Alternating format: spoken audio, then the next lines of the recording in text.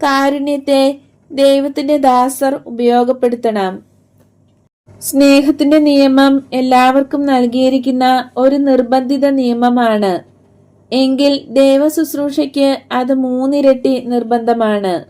സ്നേഹിക്കാത്ത ഒരുവനും സ്വർഗം പിടിച്ചെടുക്കുകയില്ല. വിശ്വാസികളോട് ഇത്രയുമൊക്കെ പറയേണ്ട ആവശ്യമേയുള്ളൂ. എന്നാൽ ദൈവശുശ്രൂഷകരോട് ഞാൻ പറയുന്നു, നിങ്ങൾ വിശ്വാസികളെ പരിപൂർണ സ്നേഹത്താൽ സ്നേഹിക്കുന്നില്ലെങ്കിൽ സ്വർഗം പിടിച്ചെടുക്കാൻ അവരെ പ്രാപ്തരാക്കുന്നതിന് നിങ്ങൾക്ക് കഴിവുണ്ടാകുകയില്ല. എന്റെ ചുറ്റും തിങ്ങിക്കൂടുന്ന നിങ്ങൾ ആരാണ്? നിങ്ങളിൽ ഒട്ടുമുക്കാലും പരിപൂർണതയുടെ ജീവിതം ലക്ഷ്യമാക്കിയിട്ടുള്ള ദൈവമക്കളാണ്. ദൈവത്തിന്റെ ശുശ്രൂഷയും ക്രിസ്തുവിന്റെ ദാസനും എന്നുള്ള ഭാഗ്യപ്പെട്ട എന്നാൽ വിഷമമേറിയതും അതേസമയം പ്രഭയേറിയതുമായ